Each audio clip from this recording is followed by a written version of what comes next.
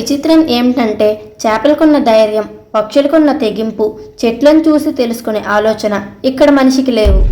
ఒకసారి ప్రశాంతంగా కూర్చొని ఆలోచించు. నీ లైఫ్ ఎక్కడితో ఆగిపోలేదు, ఇప్పుడే మొదలయ్యింది కొత్తగా. నువ్విప్పుడు ఆలోచించాల్సింది గడిచిపోయిన గతం గురించి కాదు, ముందున్న నీ జీవితం గురించి ఆలోచించుకో.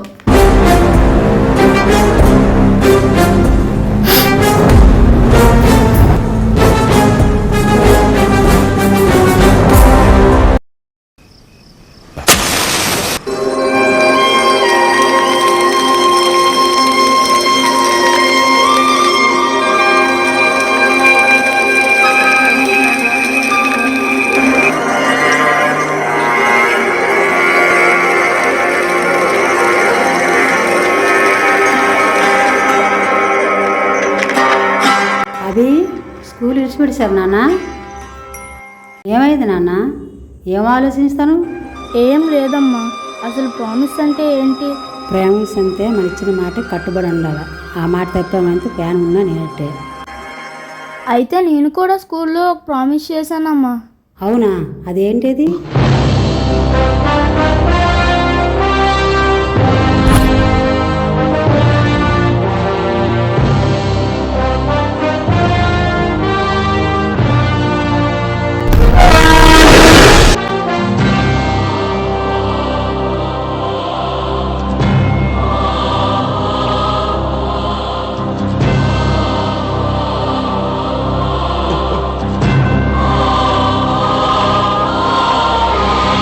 నా లైఫ్ ఏంటో నాకు అస్సలు అర్థం కావట్లేదు. ఇక్కడ జరిగే పరిస్థితులకి, ఎదురయ్యే సమస్యలకి తల వంచడం తప్ప వాటిని ఎదిరించే శక్తి అయితే నాకు లేదు.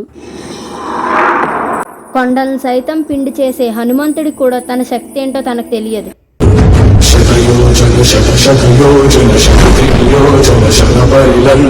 ఆ హనుమంతుడికి తన శక్తి ఏంటో తనకు తెలిసాక సముద్రాలను దాటుకొని మరి వెళ్ళి చిన్న నిప్పు రవ్వతో లంకా నగరాన్ని మొత్తం దహనం చేశాడు.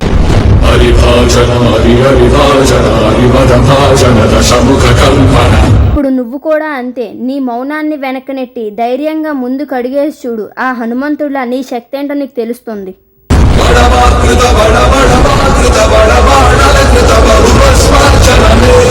ఇక్కడ నువ్వు కూడా అంతే. నీకు కావాల్సిన దానికోసం పోరాడు, తప్పు లేదు, ఎదిరించు, గెలిచే వరకు. అప్పుడు ఆ రాముడికి తోడుగా హనుమంతుడున్నాడు. నీ వెనుక నేనుంటాను.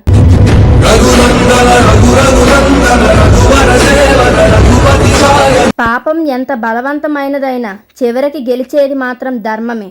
ఆ ధర్మానికి తోడుగా నేనుంటాను. కానీ నీ ముందున్న గమ్యానికి చేరుకోవలసింది మాత్రం నువ్వే.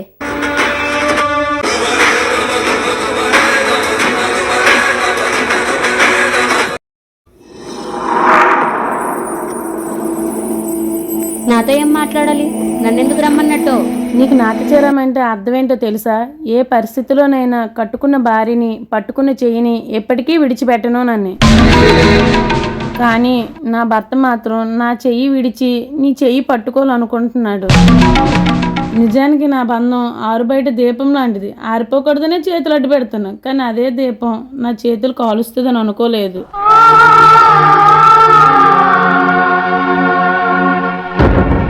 ఆడదానికి ఆడదే శత్రువని చాలామంది అన్నారు నాతోనే. కానీ నేను అప్పుడు నమ్మలేదు. కానీ ఇప్పుడు నమ్మాల్సి వస్తుంది నిన్ను చూస్తుంటే. అయిపోయిందని సోది, ఇంకా చెప్పాల్సింది ఏమైనా ఉందా? మంచి మాటలు వినడానికి చాలా చేదుగానే ఉంటాయి. బట్ దాంట్లో ఒక నీతి ఉంటుంది. కాకపోతే అది నీకు అర్థం కావట్లేదు అంతే. సూటుగా పాయింట్కి వచ్చేస్తాను. నా భర్త నాకు కావాలి, వదిలేయ్. తను కూడా నాకు కావాలి, వదలను. ఊరుకునే అన్నారు ఆ పెద్దలు, మనిషికో మాట గొడ్డుకో దెబ్బని. మాట వినకపోయేవా నా చెయ్యికి పని చెప్పాల్సి వస్తుంది. తట్టుకోలేవు. అంత సీనుందా నీకు? అంతవరకు వస్తే ముందు నీ మీద పడేది నా చెయ్యే. అస్సలు తట్టుకోలేవు. ఎంత ధైర్యమే నీకు నా మీద చేసుకుంటావా? ఇప్పుడు జస్ట్ చెయ్యాలి ఆనించాను అంతే.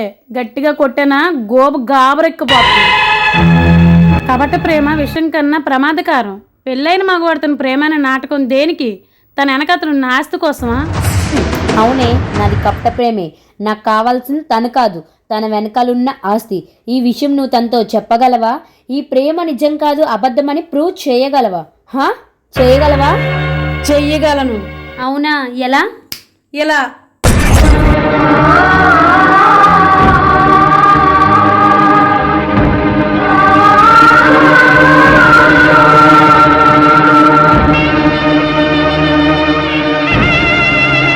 రెండు నిమిషాలు మాట్లాడాలని నన్ను పిలిచి చాట్ నిల్చో అంటే ఏంటో అనుకున్నా. చీకట్లో ఉన్న నన్ను వెలుగులోకి తీసుకురావడానికేనని నాకు ఇప్పుడు అర్థమైంది. మళ్ళీ నువ్వు నాకు కనిపించకూడదు. పొరపాటును కనిపిస్తే అదే నీ ఆఖరి రోజు. చల్.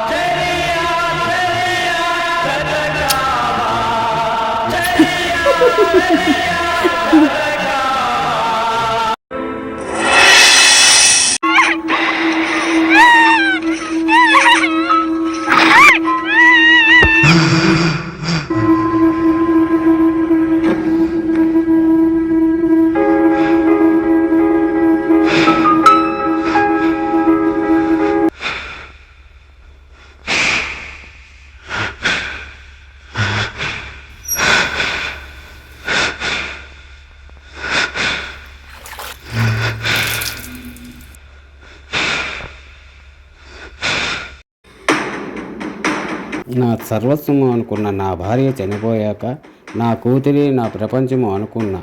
కానీ ఇప్పుడు తను కూడా లేదు. వాళ్ళ లేని లోకము నాకు శూన్యములా అనిపిస్తుంది. అందుకే నేను చనిపోబోతున్నా. నా చావుకు ఎవరూ బాధ్యతలు కారు. నా చావుకి నేనే కర్త, కర్మ, క్రియ. ఇట్లు బరువెక్కిన గుండెతో మీ శ్రీనివాస్.